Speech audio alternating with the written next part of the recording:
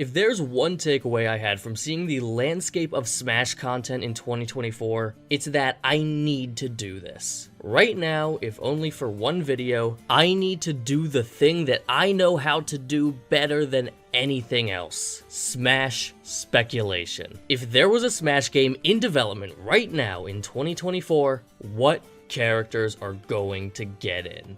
Let's go. There is one series in Smash that pretty much always has a spot reserved for it in every new game. Even if the Smash team doesn't know right away what character will even be filling that spot. As of this moment in time, the most likely character to join the next Smash game is Generation 9 Pokemon. I know, it's not very exciting, but it's true. I can't imagine any reason why Smash would suddenly stop including a new Pokemon. And at the time of making this video, a recent unofficial fan poll with a fairly decent sample size named Meowscarada as the most popular Gen 9 Pokemon. Meowscarada. I literally had not heard of this Pokemon until making this video. I apologize. Let me know below, anyone that's a Pokemon fan. Which guys do we actually need to have an eye out for in the future? I'm very ignorant on the Poke prospects this time around. And by the way, this video is about what characters we should expect right now, not trying to predict any sort of future character prospects there might be. Which is why I'm still talking about a Generation 9 Pokemon, even if there's a pretty good chance that we'll be on to Generation 10 by the time the next Smash game releases. Now, for the next couple, I'm gonna do some unnecessary character matchups. We're gonna pit two like characters against each other and compare the reasons to include them to arbitrarily determine who has the best shot at the invitation.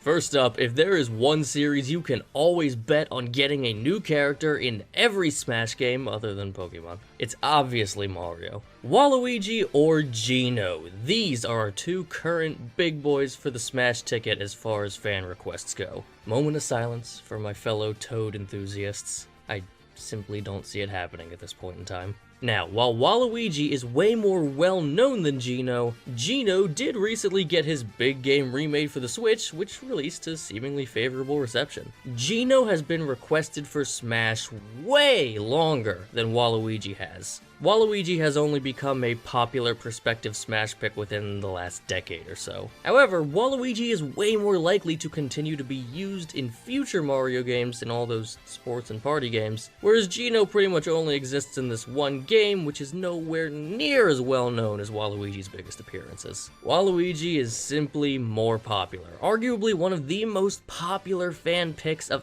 any character, not just from Mario.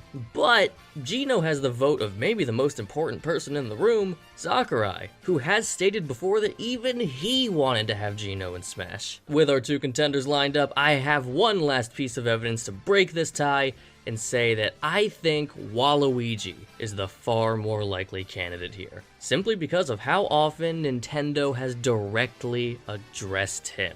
Sakurai has mentioned the character multiple times, and even Reggie had to make a statement about it. This means that when the next Smash comes around, there's no way Waluigi won't be on their minds, and they would have to actively choose to not include him despite the massive fan outcry. And yeah, by the way, for this video I am still assuming that Sakurai is the director of the next game, just purely for simplicity's sake. He could be, he could not be, but if he's not, then this suddenly becomes a much bigger discussion and we have to throw a lot of this stuff just out the door. I want to keep this video simple, alright?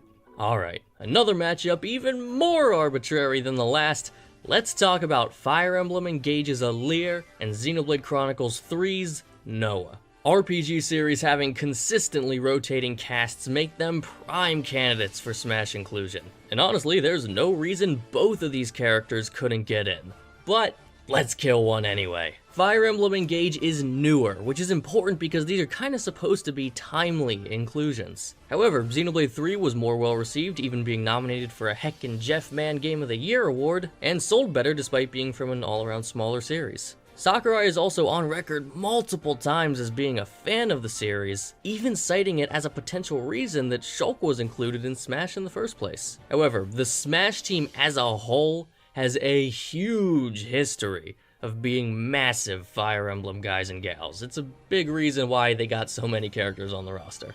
But the tipping point for me between these two is in the moveset potential. I simply see Noah as having more of it. Being able to use the weapons and powers from any playable character in Xenoblade 3 is tough to compete with. And as the series gets more and more representation in Smash, we know the team really dials in on unique and different characters that can stand out from the crowd. Time for your regularly scheduled intermission. So this video is also assuming that the next Smash game isn't some crazy reboot. Once again, that would just make this topic way bigger than I mean for it to be. We're just talking about Ultimate 2, or Ultimate Deluxe, or Ultimate HD, Ultimate Lifeform, New Super Smash Bros. Ultimate. Also, this next entry sucks. Octolings! That's it. No matchup. I mean, I could match them up with, like, the Pikmin 4 protagonist for, like, an Echo slot, but it's hard to say there's a lot of precedent for Smash to respect Pikmin in any capacity. And the thing about Octolings that I like is that I don't know how they will be included, and it doesn't really matter. I just know that they will be. It can be as simple as an alternate costume for Inkling, totally. It can be an Echo Fighter that uses Octo versions of the Inkling's weapons. Or it can be a more looser clone character that brings in newer mechanics from Splatoon 2 and 3. I see this as a similar situation to Isabelle in Smash Ultimate. Splatoon is simply too big of a series to leave such low-hanging fruit on the table.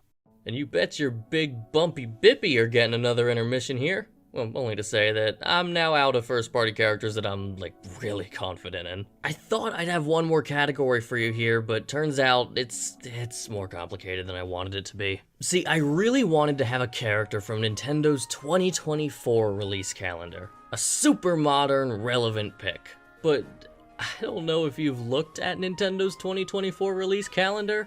It's all Mario! Of the 5 confirmed games on Nintendo's slate this year, 4 of them are in the Mario universe. And 3 of them are remakes! What am I supposed to do with that? Actually, the answer is pretty obvious, because I would love to have Ashley Mizuki Robbins in Smash. Are you kidding? What would she do? Hey, back off. It's not my job to figure out what their movesets would be. This is the only reasonable chance I'm gonna have on this channel to shill the heck out of another code, and you bet your brawny brazen bronchus I'm taking it. Like, I could pull out King Boo or Paper Mario from these other games, but I'd just be doing it for the sake of the segment. I don't actually have faith that they're particularly high contenders. And now, your final intermission today will simply be me addressing the losers. I'm sorry to Bandana Waddle Dee and Dixie Kong. Your series just aren't big enough to warrant a new entry by default. You don't have a rotating cast like an RPG to warrant constant new entries. And I simply don't see enough fan outcry for you to put you on any sort of special pedestal. I'm sorry to the entire cast of The Legend of Zelda. Your series is big enough to warrant a new character just because, but since your entire cast constantly rotates except for your main characters, it's hard for any of these side characters to stand out in a powerful way. I am sorry to Silux that your big moment in the spotlight is just not real. Metroid Prime 4 is a fake game. It's never coming out. It's time to wake up.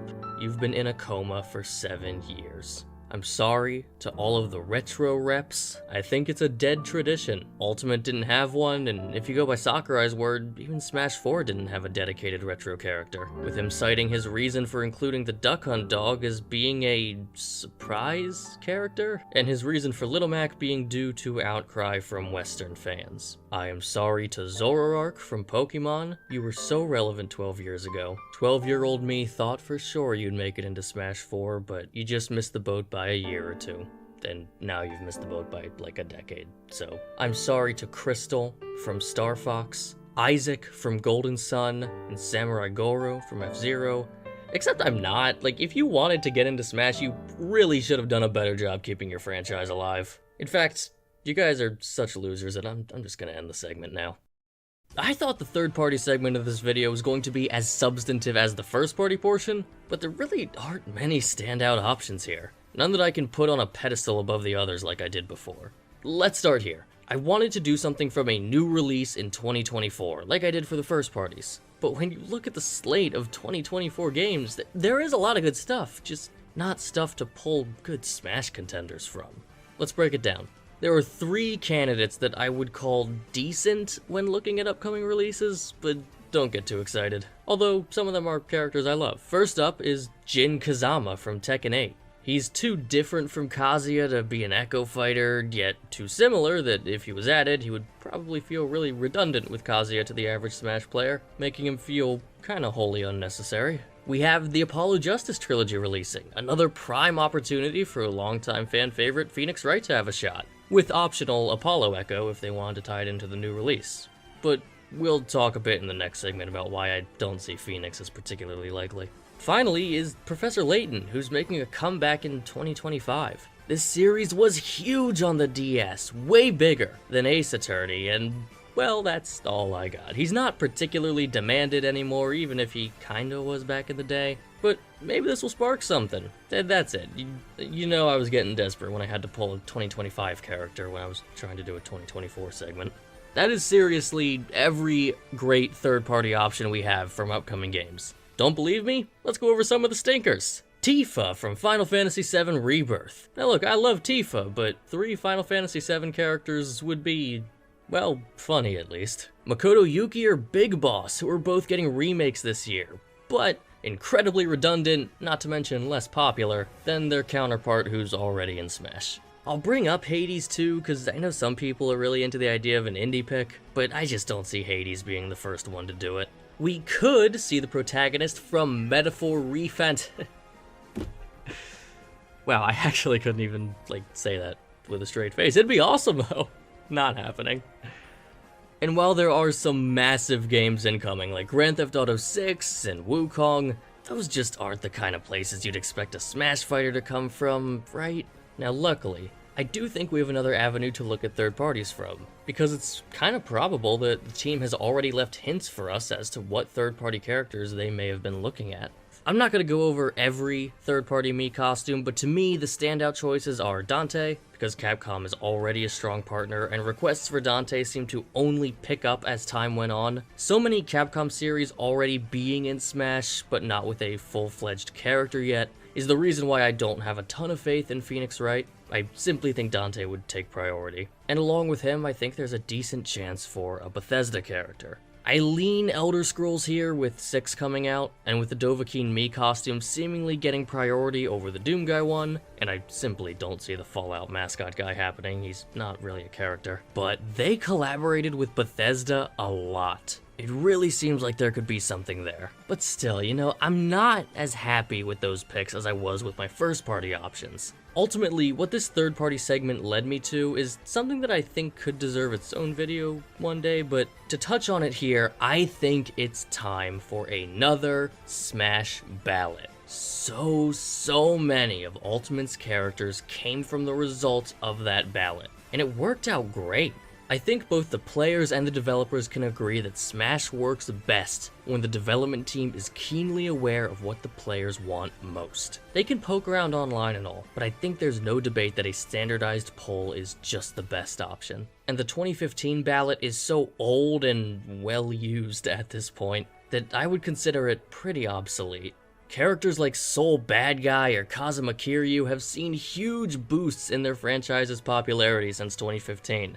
Popular choices like 2B or an Undertale character didn't even exist back then. And as fan favorites got in from that original ballot, those fans then moved on to champion new characters. I imagine many of the Banjo fans have now moved on to wanting Crash. Not to mention this would help with first party picks too, letting characters from newer games like Tears of the Kingdom or Mario Wonder have a voice. It makes too much sense to have a new ballot and utilize that data to craft a roster, or at least DLC content.